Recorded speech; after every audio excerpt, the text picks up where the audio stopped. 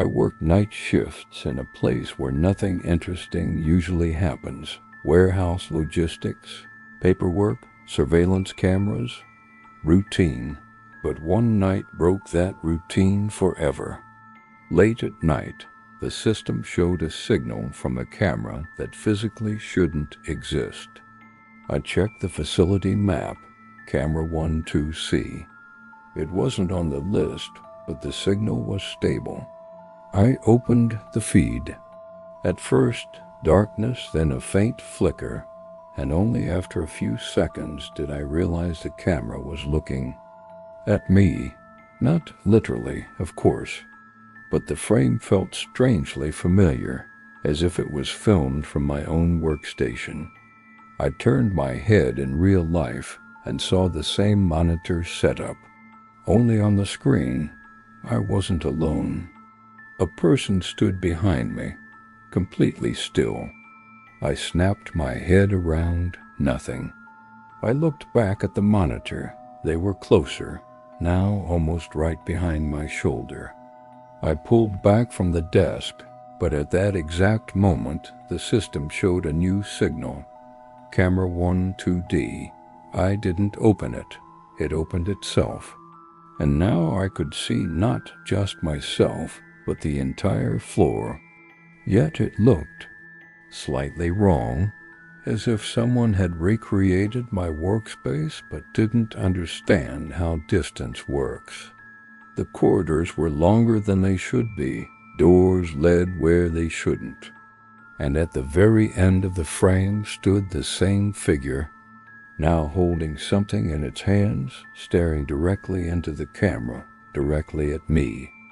I turned off the monitor, but the light in the room didn't go out. Camera 12C turned itself back on. No image, only sound, breathing, and a voice very quietly saying, "You've seen us now. Now we see you too." And at that moment, all the other cameras in the system began turning on one by one. One by one. At first, I thought it was a system glitch, but very quickly I realized it wasn't a glitch. It was a sequence. The cameras were turning on in a precise order, as if someone was walking through the building and activating them manually. 12E, 13A, 13B, and every single one showed the same thing, an empty warehouse, and me, but not in real time, slightly delayed, like the system was showing the future a few seconds ahead. I didn't move, because on the screens, I was already moving. I watched myself slowly stand up from the chair, even though in reality I was still sitting. Then, on every camera at once, the figure appeared again. Closer now. No longer standing still, it was walking. And with every step, the light on the screens grew darker. I tried shutting the system down manually, but the buttons wouldn't respond.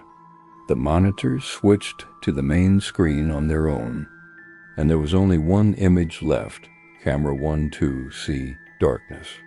Then my own voice came through the speakers, saying words I know I never said. Don't look at them for too long. I froze, because at that exact moment, something clicked behind me. Not the sound of the system, not electronics, a real mechanical sound, like a door opening a few centimeters. I didn't turn around. I just stared at the screen. And there, finally, I saw it completely. The figure was now standing directly in front of camera 12C. Its face wasn't clear, but there was this horrible feeling that it knew I could see it. Then the screen flickered, and for 1 second I didn't see the warehouse anymore. I saw myself, on the other side of the camera, the same desk, the same monitors, and me, staring directly back at myself. Then everything suddenly shut off. Complete darkness. Only one monitor remained on, and slowly text appeared on the screen. Now you're on shift. And camera 12C came back online. The red online indicator began blinking. I sat completely still. The room was so quiet I could hear my own breathing. But the problem wasn't the silence.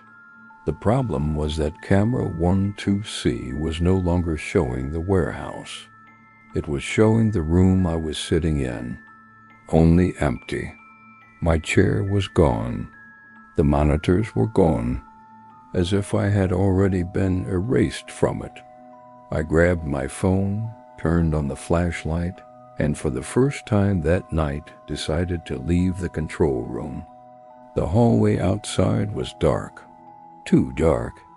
Half the lights weren't working, even though the emergency power should have turned on automatically. Then I heard it. Footsteps, slow, somewhere ahead of me. I pointed the flashlight down the corridor. Nobody there. But the footsteps didn't stop. They got closer. And then I realized the worst part. The sound wasn't coming from ahead of me. It was coming from behind me. I spun around, nothing. Only the control room door was slightly open. A faint glow from the monitor spilled through the crack. I stepped closer. Something on the screen had changed. Now camera 12C was showing me standing in the hallway. Right now. But there was one detail.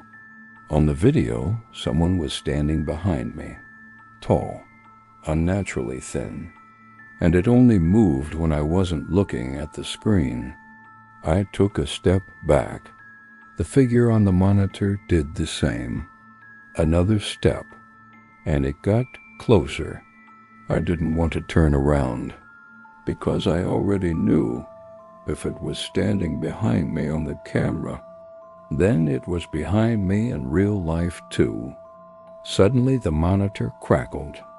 The image distorted, and for 1 second I saw a different room, dark, filled with dozens of monitors. And people. They sat motionless in front of the screens, like operators, like people exactly like me, and behind every single one of them stood the same figure, except one chair was empty. My chair. Then the image returned, and words appeared on the screen. Don't turn around.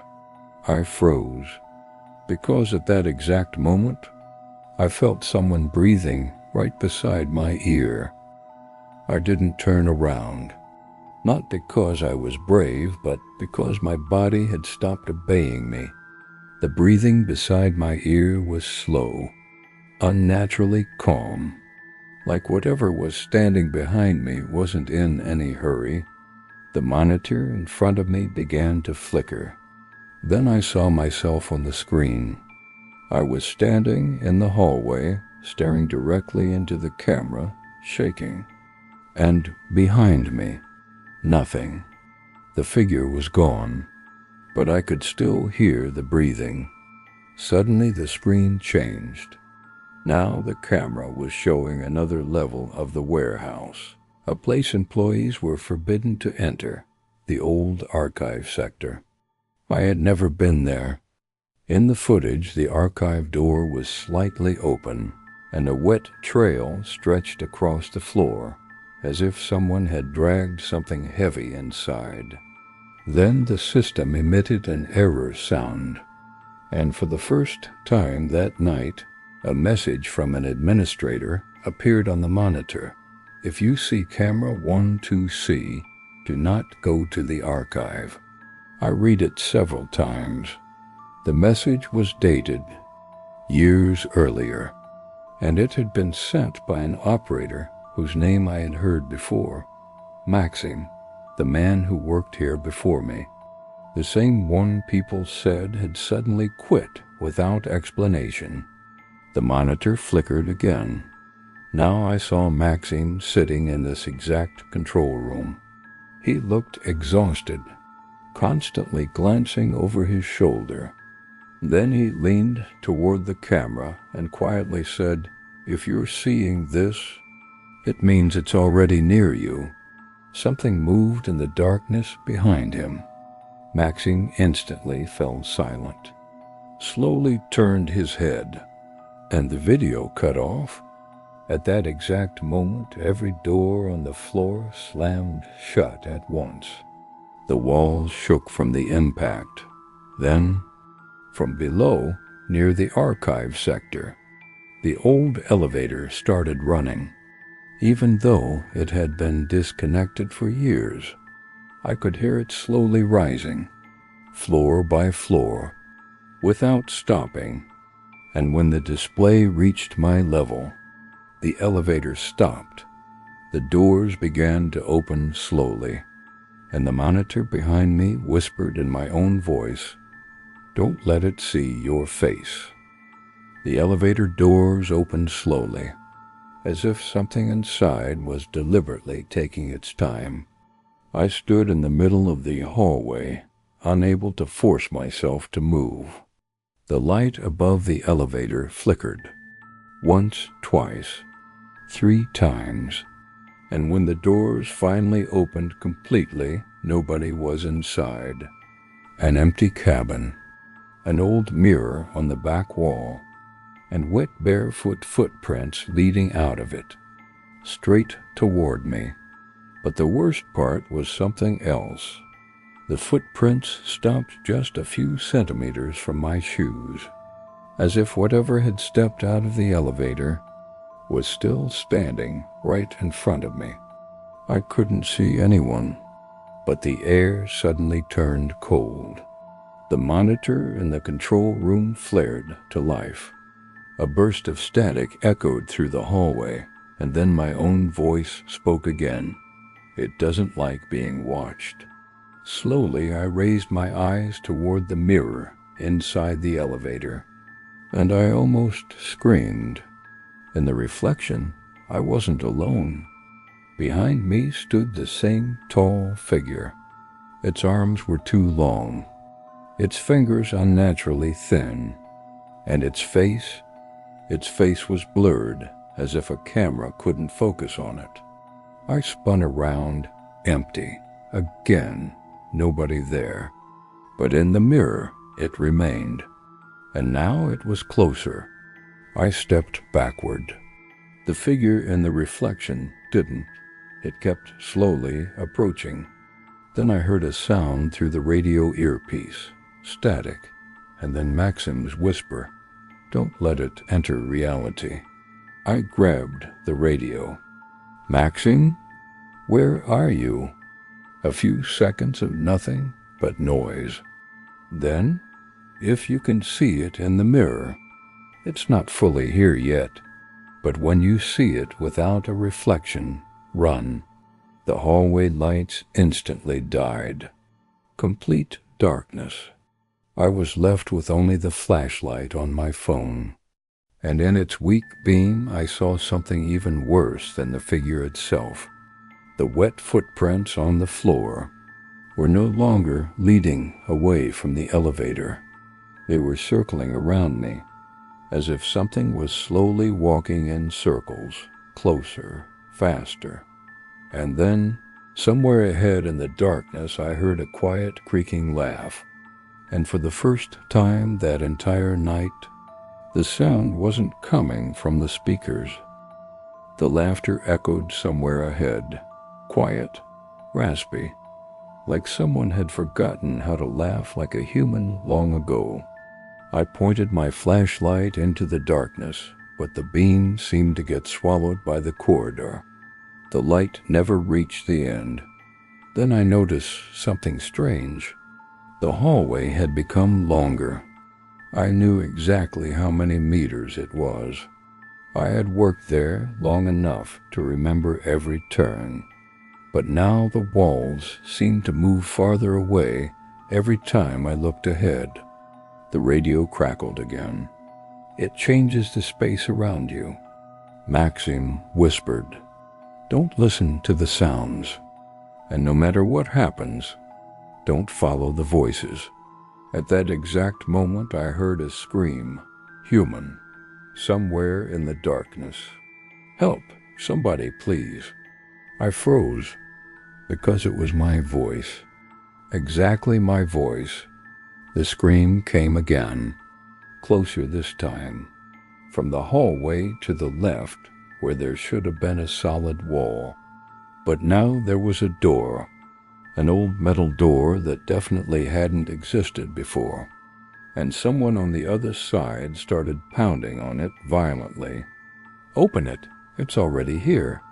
I stepped closer without even understanding why. My hand touched the handle, when the radio suddenly exploded with static. Don't open IT. Maxim's voice was so sharp that I jerked my hand away, and at that exact second, the pounding behind the door stopped. Complete silence. Then, a very calm voice from the other side said, "You just left yourself there to die." A wave of cold ran through my body. Slowly I stepped backward, and then the door handle slowly began turning on its own. Click. The door opened a few centimeters. Inside was darkness, but I saw something that made me stop breathing. Me, sitting against the wall, bloody, terrified, and staring directly at me. "Don't trust it," he whispered. The flashlight on my phone began flickering, once, twice, 3 times, and when the light went out for just 1 second, that me was already standing directly behind the door, wearing an unnaturally wide smile. I jerked backward so hard I fell to the floor. My phone slipped from my hands and rolled down the corridor, its light flashing across the walls in broken bursts. The figure in the doorway didn't move. It just stood there, smiling with my face. Then it said very quietly, "Now you understand why no one leaves here." The corridor around me began to change. The walls seemed to breathe. The lights flickered. Doors appeared where there had never been any, and on each one was a camera number. 12C12D 13A 13B. Hundreds of doors, hundreds of cameras, hundreds of observations. The radio in my hand came back to life, but now it wasn't Maxim. It was me. If you're hearing this, it means she has already replaced me. Static. Then the voice continued. She doesn't create copies. She swaps them. My mouth went dry. I slowly looked up at the entity in the doorway, and for the first time I noticed the truth. This wasn't me becoming something else. It was something else trying to become me. It stepped forward, and at that exact moment, all the monitors in the control room turned on at once. On every screen there were people, operators, guards, workers, all sitting in front of their cameras, staring directly at me, as if waiting. And behind each one stood the same figure.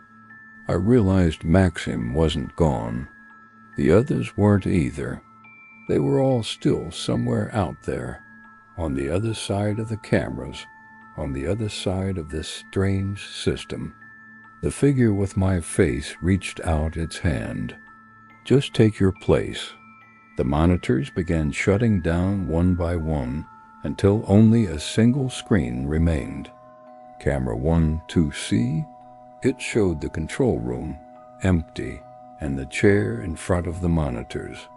I don't remember how I ended up in that room. I don't remember sitting down. I only remember the screens turning on by themselves, and the system showing a new signal. Camera 12E, one that doesn't exist. I opened it and saw a man, terrified, sitting at the monitors, staring at the screen, and behind him was me.